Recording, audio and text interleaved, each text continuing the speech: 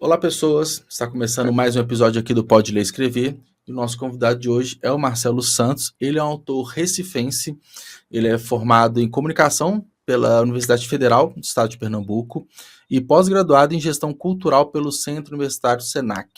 Atualmente, ele atua como curador das sessões de pauta da Caixa Cultural em Recife, e ele também é gestor cultural. Ele é autor de 2 livros, Confissões e Profecias e O Dia Imprescindível. Essa sua última obra recente, né, que a gente vai falar bastante sobre ela e que foi lançada pela editora Patois. Marcelo traz uma poesia no livro, O Dia Imprescindível, que reflete sobre a existência humana, a passagem do tempo e a impermanência das coisas. Sua escrita busca unir mundos amparamente opostos, como religião, paganismo, como, né, sempre uma visão sensível e transformadora. Falaremos muito sobre esses temas dos livros, processos criativos, lançamento. Fiquei sabendo aqui nos bastidores que teremos lançamentos presenciais em eventos como a Bienal. Enfim, o papo promete bastante. Marcelo, seja muito bem-vindo ao podcast. Como que você está? Tudo bem por aí? Obrigado, meu amigo. Obrigado pelo convite. Tá tudo bem aqui. É uma alegria, uma honra para mim receber esse seu convite aqui para falar aí com o seu público, falar sobre o livro. E, enfim, estou muito feliz de estar aqui. Que bom, que bom. Também fico bem feliz aqui para conhecer a sua história, conhecer mais sobre a sua poesia.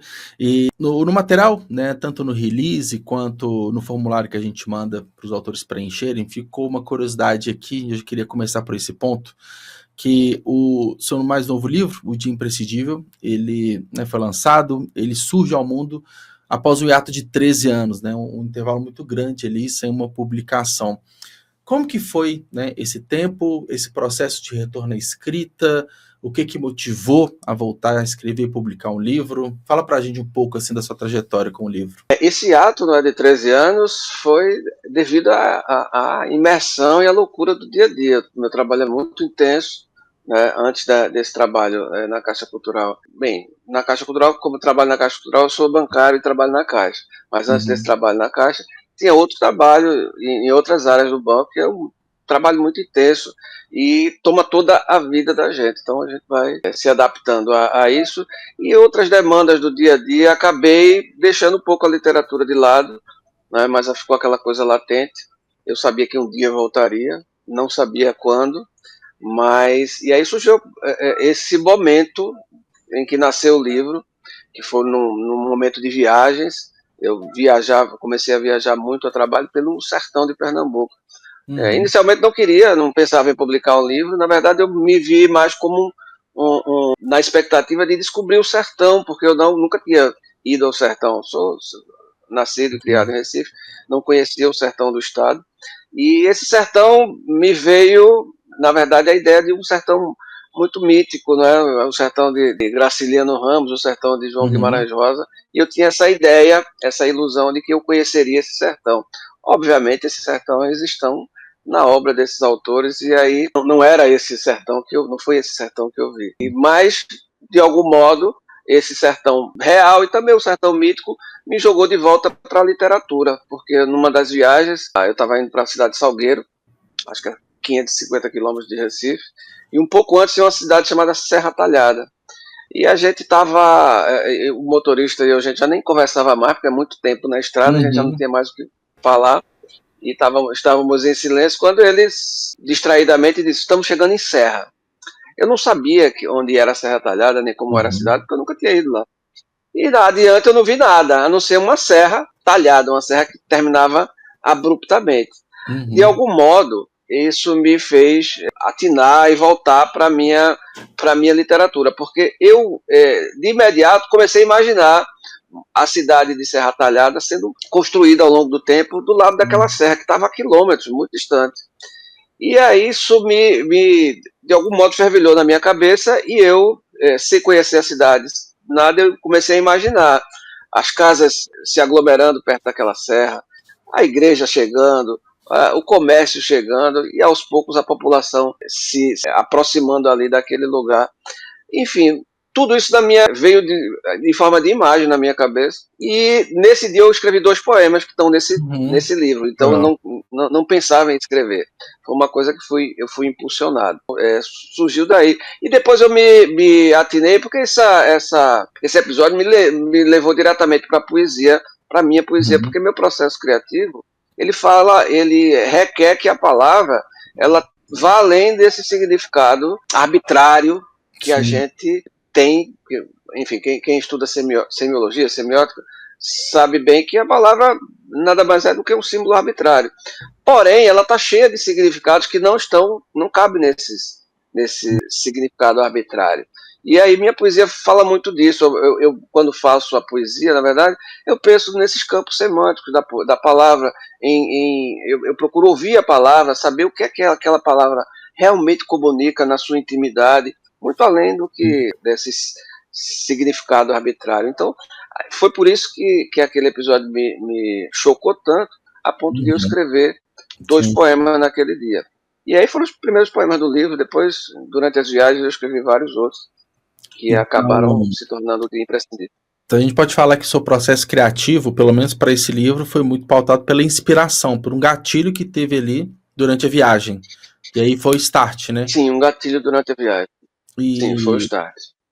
E para os outros poemas também que compõem a obra, foi a partir de observações e acontecimentos, ou a partir desses 2 primeiros dessa viagem você colocou meio que um plano de escrita, vamos colocar assim? Porque poesia é diferente da prosa, tem muito sentimento, né? São processos criativos que fogem muito de um padrão, vamos colocar assim.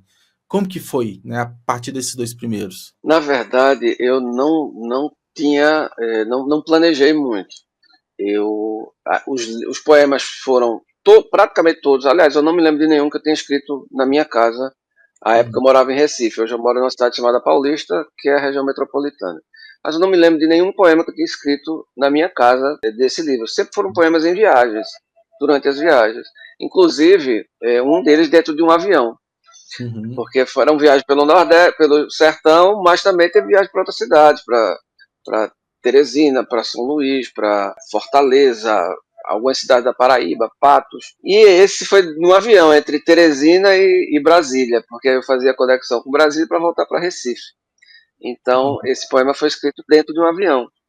É um poema, no momento que eu estava sentindo saudade de casa, saudade da minha esposa, que na época não era minha esposa ainda, mas escrevi um poema para ela, dentro do avião.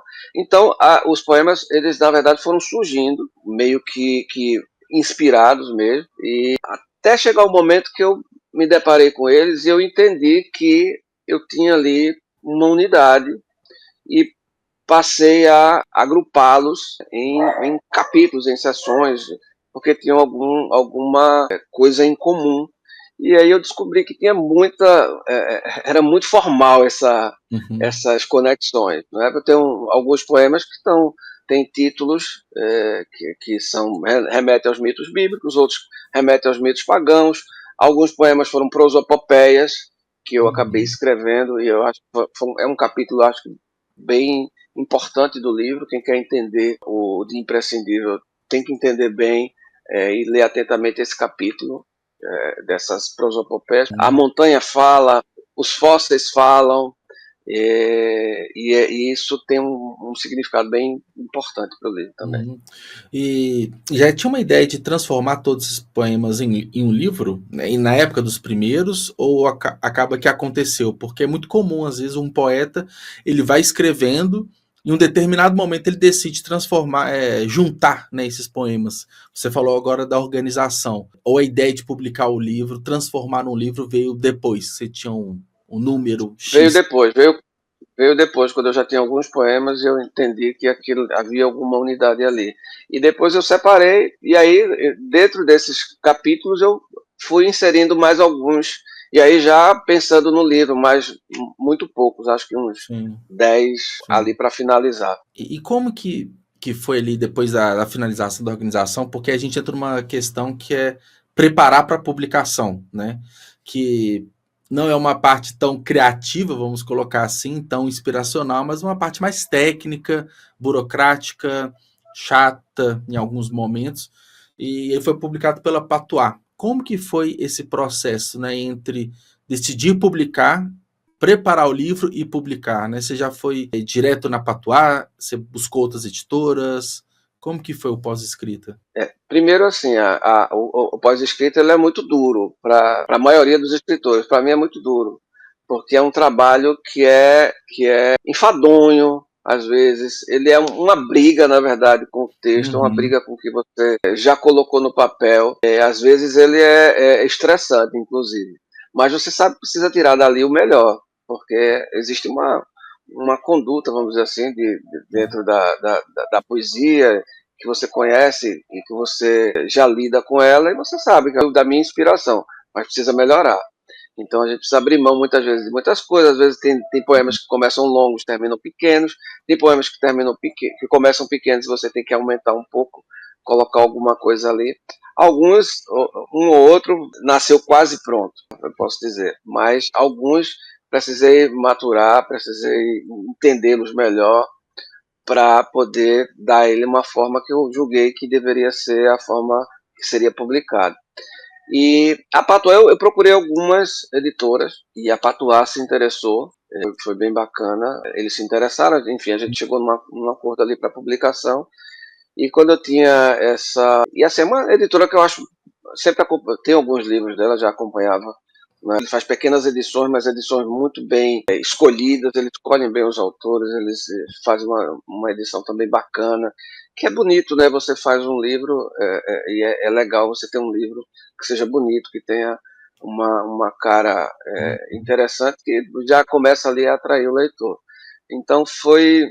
Mas aí demorou um pouco, né? Entre ele aceitar e fazer, foi um Uhum. tempo, porque o pessoal estava muito. O Eduardo estava muito ocupado com muita coisa, e esse caso específico acabou demorando ali um ano entre o contato, o aceite e a publicação.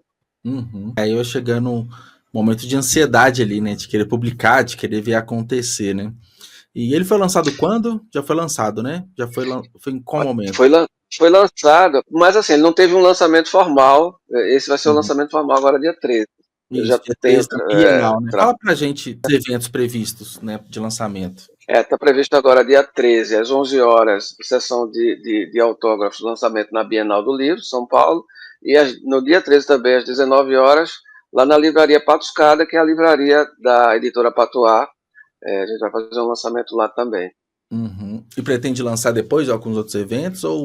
E você, naturalmente, você vai estar em São Paulo, né? E vai, de repente, na sua cidade, na região, enfim, tem alguma previsão também? A gente ainda não, estou planejando aí os próximos passos, tá? A gente vai dar esse pontapé inicial. Então estamos planejando esses próximos passos. Porque na verdade o livro foi publicado mesmo em 2022. Uhum. A, a, em Recife a gente já fez Ah, alguma publicação, nunca fez um lançamento formal.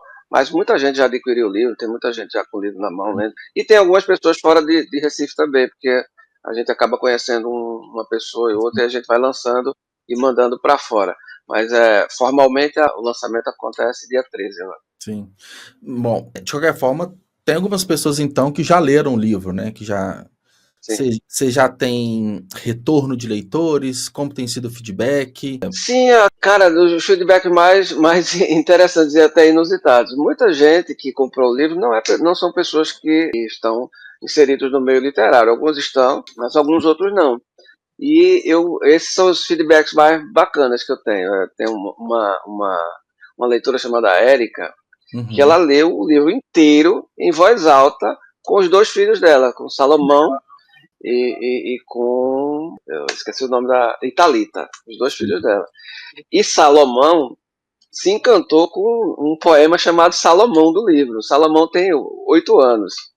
Então, assim, uma experiência Legal. fantástica. Ela disse que foi maravilhosa a experiência, lendo em família o livro em voz alta. E eles gostavam, e os poemas que eles gostavam, eles aplaudiam.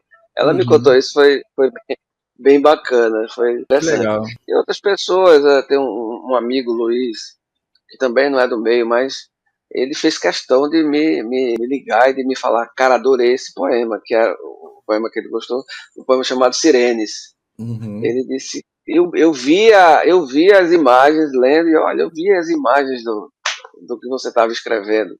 Então, esses feedbacks são os mais bacanas, Sim. que eu acho, tá?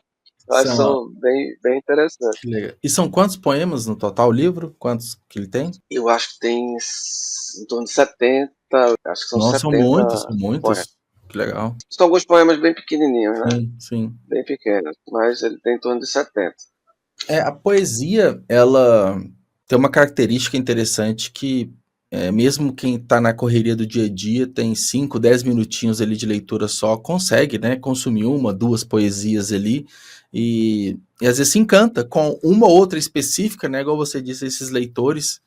E dentro de todo esse processo, qual que foi os maiores desafios, a maior dificuldade, né? A gente falou da parte chata, vamos colocar assim, da burocracia da preparação para a escrita, mas por se tratar ali de dezenas de poemas também, que não tem um ritmo, né? Uma sequência lógica ali de criação, tem momentos que você vai escrever mais, momentos, né, que você vai escrever menos, de todo o contexto ali, né?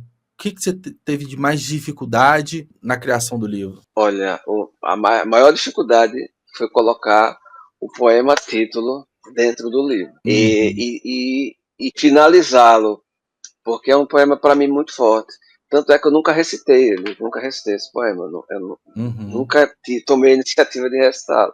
E é um poema que dá título, que é o de Imprescindível, e que sim, eu acho que é a pedra, apesar, ele está no começo, porque é o título, está no fim.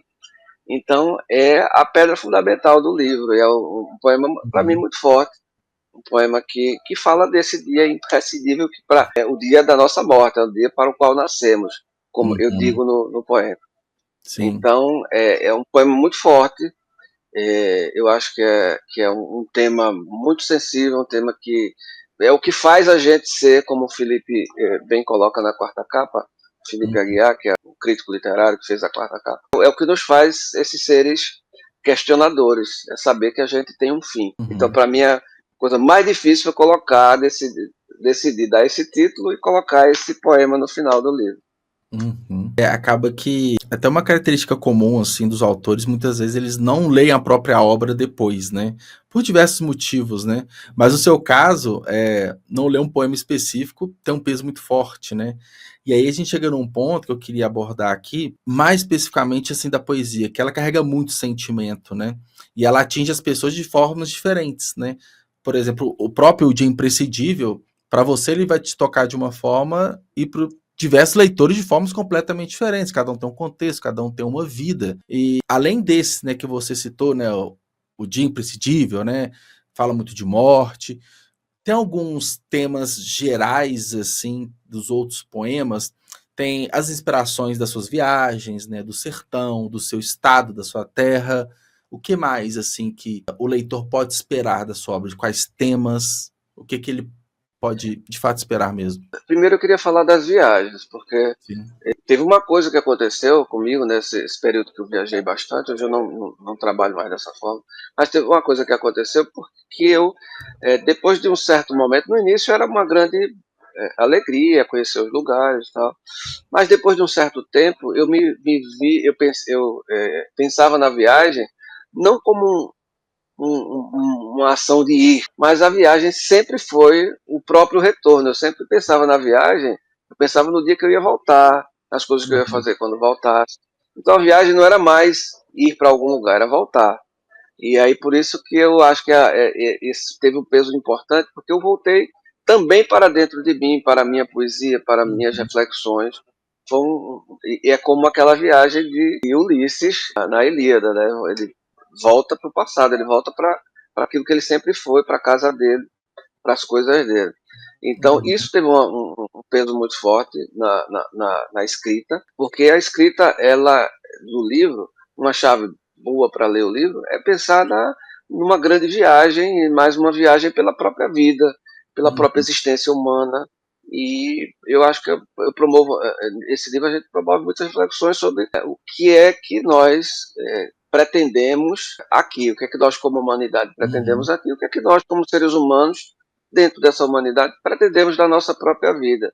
Então, nesse livro a gente tem pessoas viajando, a gente tem episódios de guerras, que é Uhum. algo muito comum na trajetória humana. A gente tem reflexões sobre o paganismo e sobre o cristianismo, porque eu acho que são duas coisas que Sim. deveriam se complementar e não estar em luta diária, porque, na verdade, o paganismo e cristianismo são metáforas da religiosidade e da ciência, para Uhum. mim, e é o que eu tento fazer. E essas duas coisas deveriam ser complementares, porque tem coisas que não nos convém crer, porque são absurdas, e tem um limite para a ciência, a partir de onde ela não vai poder nos ajudar. Então a gente precisa entender esses limites e conciliar essas duas coisas, parar de sermos tão duais, ou Uhum. isso ou aquilo. Sim. Então, tem esses temas, tem a própria impermanência, a passagem do tempo, está presente constantemente nos poemas. Eu faço algumas releituras de mitos também, tanto dos mitos pagãos quanto dos mitos cristãos, hebreus.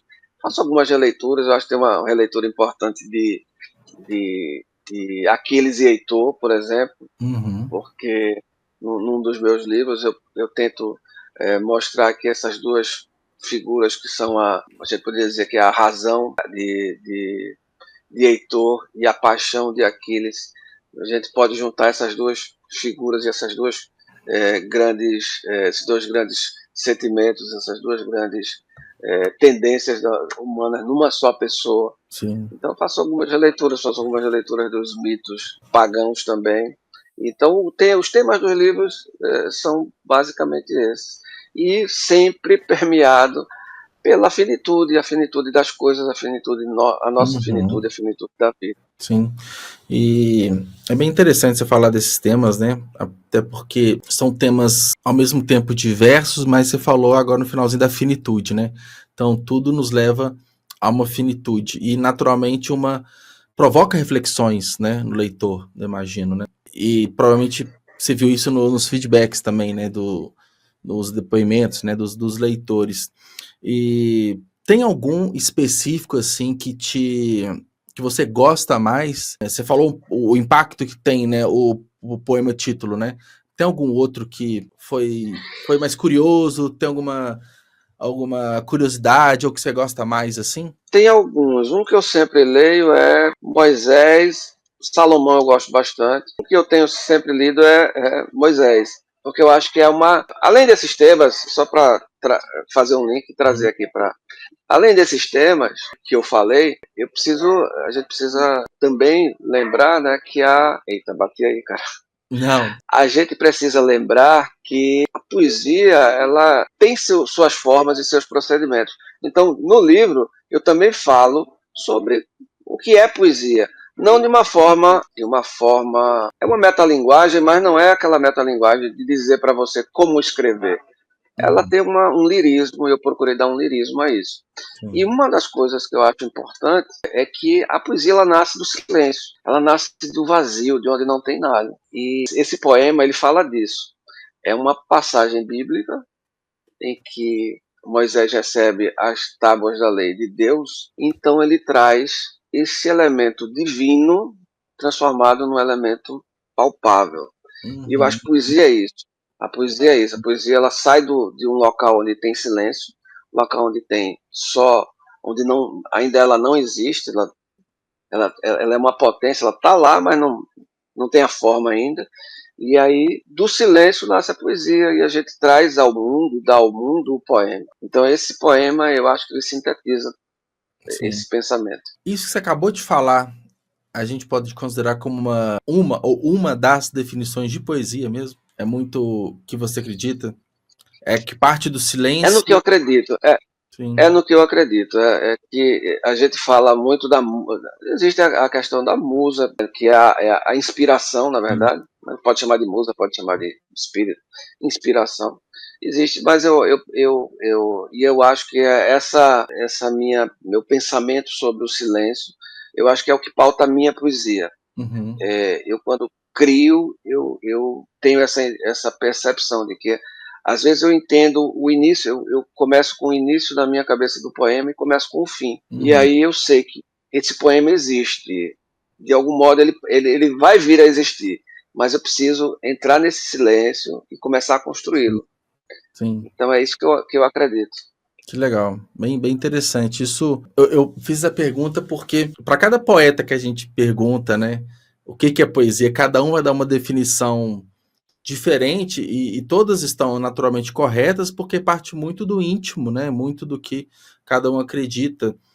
De repente, diferente de poema, né? De falar se é diferente de poesia e poema, muitas vezes o poema ele é metrificado, né? Tem algumas regras de versos, estrofes, rimas, mas quando fala poesia dá uma resposta mais ampla, né?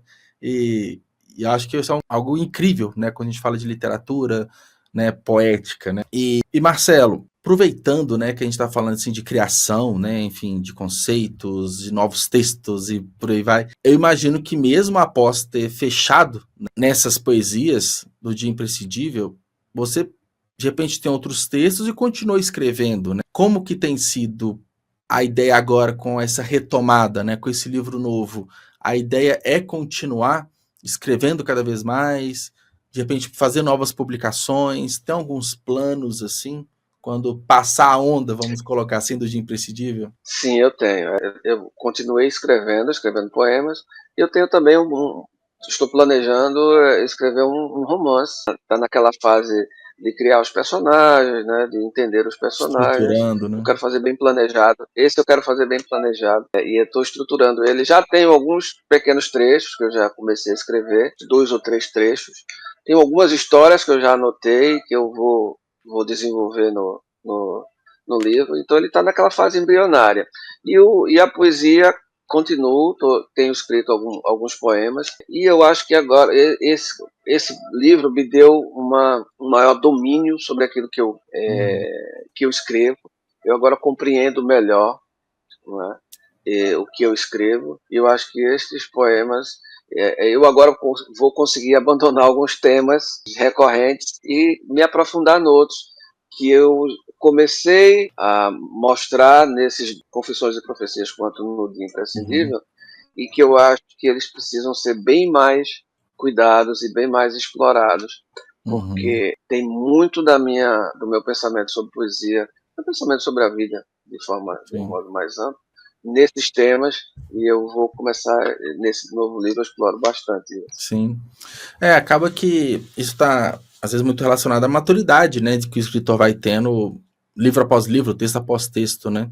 Você vê muita diferença mesmo, né, na sua construção desde o primeiro livro e desse agora mais recente? Você consegue ver dois Marcelos ali, até pela distância de criação Eu do outro? consigo. O primeiro era mais eu escrevi com o intuito firme de fazer uma defesa da tradição literária.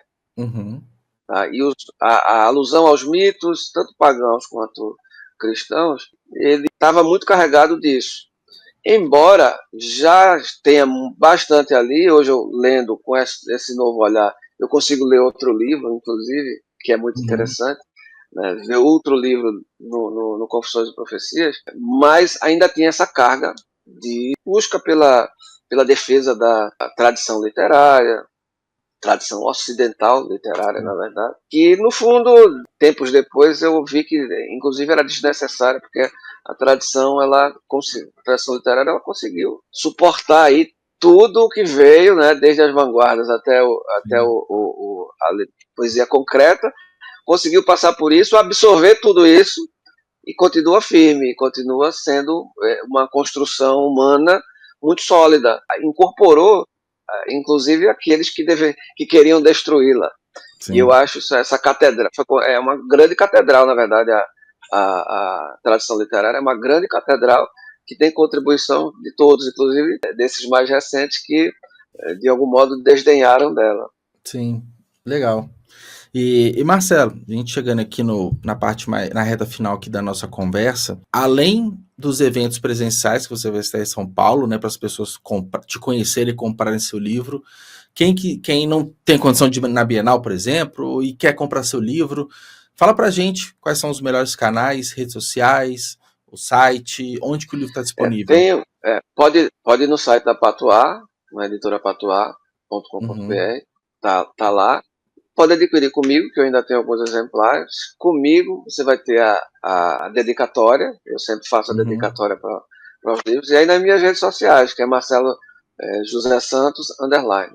Ah, legal. É fácil. Então, site da Patuá, tem lá o livro, ou diretamente pelo Instagram, né, entrando em contato. Bom, Marcelo, obrigado pela conversa. Gostei demais de conhecer mais você, seu processo criativo, e desejo sucesso, que tudo dê certo lá na Bienal e no lançamento na livraria também. Maravilha, obrigado. Eu que agradeço. Eu gostei demais de conversar com você. Foi uma entrevista bem bacana aqui. É bom a gente falar sobre o livro dessa forma tão orgânica, tão espontânea que você proporcionou aqui. E, enfim, agradeço. Vai dar tudo certo, tenho certeza, lá na Bienal, tanto na Bienal quanto na Patuscada. E eu acho que esse momento aí do livro, o livro tá tomando um novo rumo agora, com novos leitores, com mais gente conhecendo, mais gente conversando comigo no Instagram, enfim, é muito bacana. E você que está aí assistindo, se quiser adquirir, tem esses canais aí, será muito bem-vindo como leitor. É isso. Então, quem está nos assistindo, vai lá no Instagram, siga, né, o Marcelo, converse com ele, procure o livro, tenho certeza que vocês vão gostar. E é isso. Boa noite, muito obrigado, Marcelo. Até a próxima. Obrigado, até a próxima. Até.